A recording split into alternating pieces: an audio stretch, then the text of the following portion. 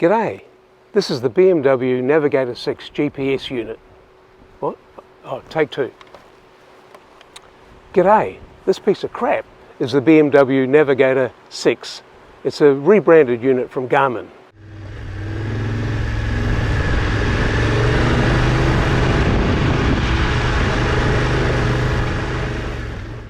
I've had this BMW F850 GS Adventure for 3 years now, and this is the third replacement Navigator VI I've had on this bike, and it's just failed like the other ones. I should say that BMW, the BMW dealer Pro Cycles in Sydney, and Garmin have all been very accommodating in replacing this Navigator unit each time it's failed. There's been no questions whatsoever. I did, however, outlay about $1,000 at the time I bought this thing, so it's been very disappointing. There are several videos out there showing the problems with the Navigator VI, and I've had the same issues. After a few months or even weeks, the unit starts ghosting. It goes off screen. No amount of screen cleaning or tapping will correct it. I've tried updating the software, doing a reboot and removing the battery. Sometimes it will fix itself for a while, then the problems start again. And I just can't have this happen when I'm out on a trail in the middle of nowhere. There are videos on YouTube showing how you can order a replacement touchscreen and repair the unit yourself.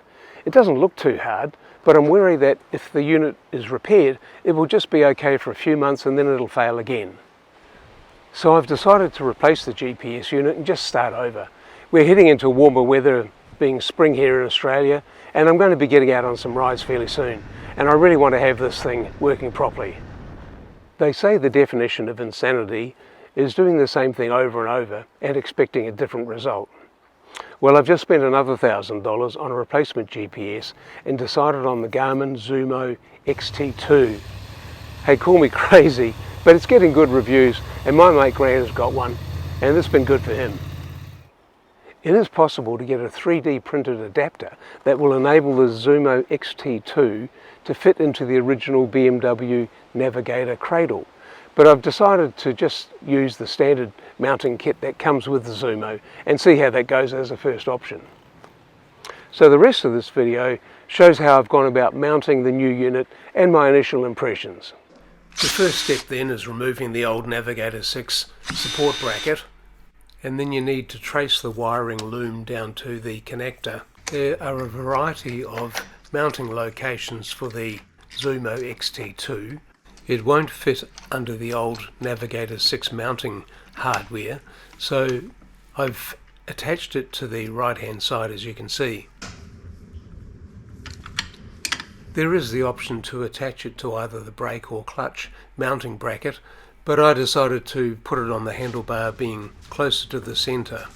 The rest of the mounting hardware is simply hand tightened to the knob on the top of the connector and on the back of the Zumo. So I need to remove the Navigator VI mounting hardware and the wiring loom. There is a connector buried deep under the chassis of the BMW, and you just have to find a way of getting into it. There's a strong plastic bracket at the top of the forks which also carries the front brake line, and it looked like I'd need to remove that to be able to get access to the wiring loom and the connector.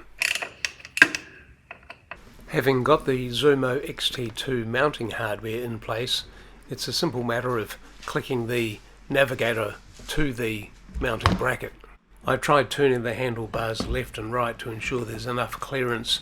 At this stage there's no electrical circuit connected to the Zumo XT2. I powered it on using the internal battery. It operates in demo mode until you actually take it outside, and it picks up a GPS signal and then it switches into fully operational mode. I used this opportunity to adjust the mounting bracket for the Zumo XT2 because initially it was obstructing my view of the BMW TFT display.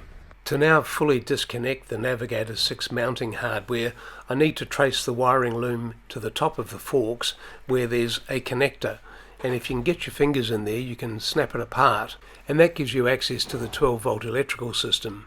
I decided though, before I disconnected that and cut the cables, that I would actually have a look inside the Navigator VI mounting bracket and try and find the 12-volt DC power supply, because if I can connect that directly to the Garmin Zumo XT2, I won't have to cut the Navigator 6 cable.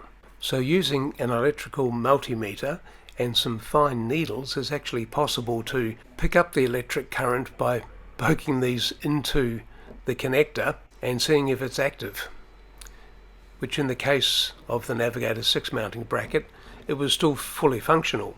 You have to be very careful to ensure you don't get a short circuit, so put a bit of insulation between the two needles. If I can use the original Navigator 6 wiring loom, then it has the advantage of turning on the GPS and turning it off after a 30-second delay when you turn on and turn off the motorbike. If I don't use this and just simply permanently connect the Zumo XT2 to the battery, then I have to manually turn it on, and I have to remember to turn it off when I finish riding, or it will continue to drain the battery. With no electrical connection to the Zumo XT2 at this point, when you turn it on, it's running on its own internal battery, and you can see that it's not charging. When there's an active 12-volt DC power supply to the Garmin, you can tell that it's charging. Once the power is disconnected, the Garmin will also tell you that the external power has been lost. So the question then became, am I brave enough to cut the cable on the Navigator 6 wiring loom? That would be a one-time decision, and it would be very difficult to reverse it if I changed my mind.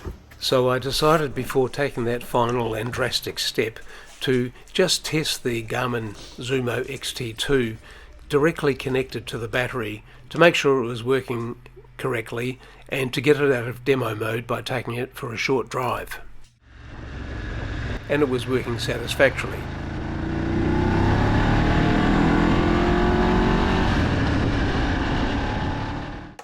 So I decided I'd see if I could access inside the bodywork of the bike to hide the cable back to the battery. It's a bit of a process threading through the bodywork, but with a bit of perseverance you can get there. And it's hidden tidily inside the F850 GS Adventures bodywork. So at this stage I've got the Zumo XT2 directly connected to the battery. I haven't disconnected the Navigator 6 wiring loom, and I've just tucked that away for now because I'm going to try using the XT2 for a while to ensure that it's working properly and that the mounting is in the correct location. A few issues become apparent when you use the Zumo XT2 using the standard mounting hardware directly connected to the battery as I have. The first thing I found is that the XT2 is not quite centrally located in the middle of the motorbike. Now this is a small issue, but it is a little bit annoying.